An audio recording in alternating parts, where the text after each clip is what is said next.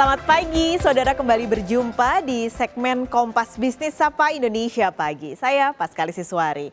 Saudara, di awal tahun 2024 ini pemerintah langsung gaspol kejar target untuk pemasukan negara. Nah, yang dilakukan kebijakan perdananya tahun ini adalah dengan menaikkan cukai rokok, baik itu rokok konvensional maupun rokok elektrik. Nah, dengan kenaikan tarif cukai hasil tembakau, maka sudah bisa dipastikan harga rokok akan naik. Kenaikan cukai ini dibuat berbeda-beda, saudara, tergantung dari jenis rokoknya. Kita akan lihat yang pertama, yang kenaikan tarif cukainya paling besar. Yang kenaikan tarif cukainya paling besar yang dilakukan pemerintah adalah yang pertama, kita berikan datanya, ada 3 jenis rokok, yaitu sigaret kretek mesin, sigaret putih mesin, sigaret kretek tangan filter, atau sigaret putih tangan filter. Kenaikannya untuk 3 jenis ini adalah 11,5% sampai 11,9%. Kami coba breakdown ya, saudara, dari ketiga jenis ini. Kalau sigaret kretek mesin, ini berarti semua prosesnya dibuat oleh mesin. Untuk golongan 1 naik 11,8%, sementara golongan 2-nya naik 11,5%. Golongan kedua atau jenis kedua adalah sigaret putih mesin. Ini juga semuanya memakai mesin, berarti tidak ada dengan buatan tangan orang. Ini naiknya untuk golongan 1 adalah 11,9%, berarti yang paling tinggi dari semua jenis ini. Sementara golongan 2-nya naik 11,8%. Lalu untuk yang ketiga adalah sigaret kretek tangan filter atau sigaret putih tangan filter. Naiknya adalah 11,8%. Dengan kenaikan dengan kisaran 11,5 sampai 11,9% tadi, maka tadi saya sudah informasikan juga yang paling naiknya tinggi gitu adalah sigaret putih mesin golongan 1. Kalau dibandingkan harga ecerannya dibandingkan tahun lalu sebelum naik, sekarang harga ecerannya adalah Rp2.380 per batang. Sementara sigaret kretek tangan filter atau sigaret putih tangan filter kini dijual dengan harga Rp2.260 per batang. Ini adalah kenaikan kedua yang tertinggi di golongan ini. Di jenis ketiga jenis ini yang kenaikannya paling tinggi 11,5 sampai 11,9%. Pemerintah kembali menyasar rokok-rokok buatan mesin, kalau tadi kami sudah sampaikan, untuk kenaikan tarif cukai yang lebih besar dibandingkan dengan rokok yang masih dibuat manual oleh pekerja dengan tangan. Kalau Anda nonton Gadis Kretek tuh, karyawan-karyawannya jengya, nah ini kenaikan cukainya tidak setinggi dengan kenaikan yang tadi menggunakan mesin.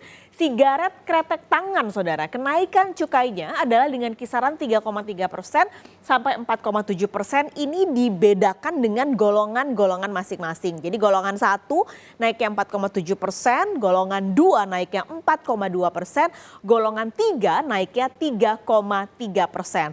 Jadi kalau kita bandingkan harga jual ecerannya dibandingkan dengan tahun lalu sebelum cukainya naik, ini kisarannya menjadi sekitar per batangnya adalah Rp725 sampai Rp1.375 per batang. Nah, kenaikan tarif cukai ini adalah hasil dari pertimbangan Kementerian Keuangan. Jadi ada beberapa yang dilihat untuk kenaikan cukai. Seperti yang pertama adalah sebenarnya selain untuk menambah pendapatan dan penerimaan negara, pemerintah juga ingin mengendalikan konsumsi, terutama mungkin untuk menyasar konsumsi yang dipakai atau yang dikonsumsi oleh anak-anak dengan usia di bawah umur yang sebenarnya belum boleh mengkonsumsi rokok. Lalu juga ada keberlangsungan industri dan yang terakhir adalah pemberantasan rokok ilegal. Tadi saya juga sudah sampaikan, nggak hanya rokok-rokok konvensional yang kena cukai naik, rokok elektrik akhirnya juga resmi kena pajak. Karena pemerintah menilai penerapan pajak rokok elektrik ini harus segera dilakukan. Tahun ini dilakukan untuk memberikan keadilan kepada pelaku industri. Karena nggak fair kalau yang kena cukai dan pajak hanya rokok-rokok konvensional. Akhirnya diberikan pajak rokok elektrik adalah 10%. Kenaikannya dimulai pada tahun ini. Nah, penerimaan negara dari pengenaan pajak rokok elektrik ini hitung-hitungannya sebenarnya masih nggak besar. Kalau dilihat di tahun 2023 totalnya adalah 175 miliar rupiah. Berarti itu hitungannya adalah hanya 10% saja dari total 1,75 triliun rupiah untuk penerimaan cukai rokok. Begitu juga dengan penerimaannya, hanya sekitar 0,82% dari total penerimaan cukai hasil tembakau, saudara.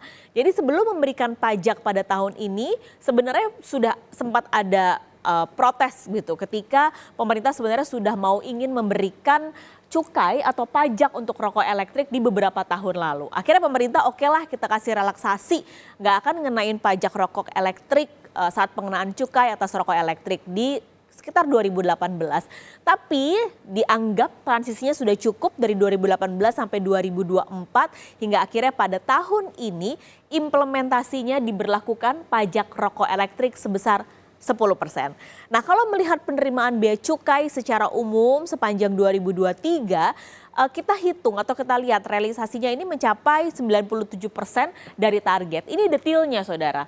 Angka yang sudah diumumkan oleh Kementerian Keuangan sekitar 2 pekan lalu di APBN kita, kepabeanan dan cukai di APBN 2023. Realisasi yang terhitung per Desember adalah 286,2 triliun rupiah. Ini sama-sama tidak mencapai target ketika APBN diketuk palu, yaitu targetnya 303,2 triliun rupiah. Lalu direvisi di Perpres 75 tahun 2023 turun menjadi 300,1 triliun rupiah. Nah, sama-sama tidak mencapai target realisasinya, yaitu hanya 286,2 triliun. Tapi sebenarnya Kementerian Keuangan bilang kalau tidak mencapainya realisasi kepabeanan dan cukai ini salah satunya adalah karena pendapatan dari cukai rokok, saudara. Jadi tahun lalu ini sebenarnya pemerintah juga sudah naikin tarif cukai rokok dengan besaran rata-rata sekitar 10% untuk pengendalian konsumsi. Jadi walaupun cukai hasil tembakaunya minus, dan ini menjadi hal yang baik berarti karena konsumsinya bisa ditekan, tapi di saat yang sama ada penerimaan cukai yang naik atau tumbuh, yaitu penerimaan cukai minuman mengandung etil alkohol tumbuh 0,4%. Kalau ini salah satunya adalah sejalan dengan pemulihan industri pariwisata. Menteri Keuangan Sri Mulyani juga bilang, saudara, kalau sebenarnya penurunan cukai yang tadi disampaikan adalah hal positif karena pemerintah terbilang berhasil mengendalikan konsumsi rokok, terutama kembali kami garis bawahi untuk mereka yang di bawah umur. Kami berikan kepada Anda pernyataan dari Menteri Keuangan Sri Mulyani. Kan produksi rokok mengalami penurunan, terutama golongan 1, yaitu produsen terbesarnya. Itu golongan 1 tuh turunnya bahkan mencapai 14%. Ini produsen rokok golongan 1 itu adalah yang raksasa-raksasa paling besar. Namun untuk golongan 2 dan golongan 3 yang tarif cukainya relatif lebih rendah dibandingkan golongan 1, kita lihat produksinya masih naik. Golongan 2 itu naiknya 11,6%. Dan golongan 3 ini yang banyak industri kecil yang pakai tangan, naiknya mencapai 28,2%. Ini berarti komposisi dari cukai hasil tembakau mengalami shifting, pergeseran. Dari yang tadinya golongan 1 sekarang pindah ke golongan 2 dan golongan 3 yang tarif cukainya naiknya tidak terlalu tinggi.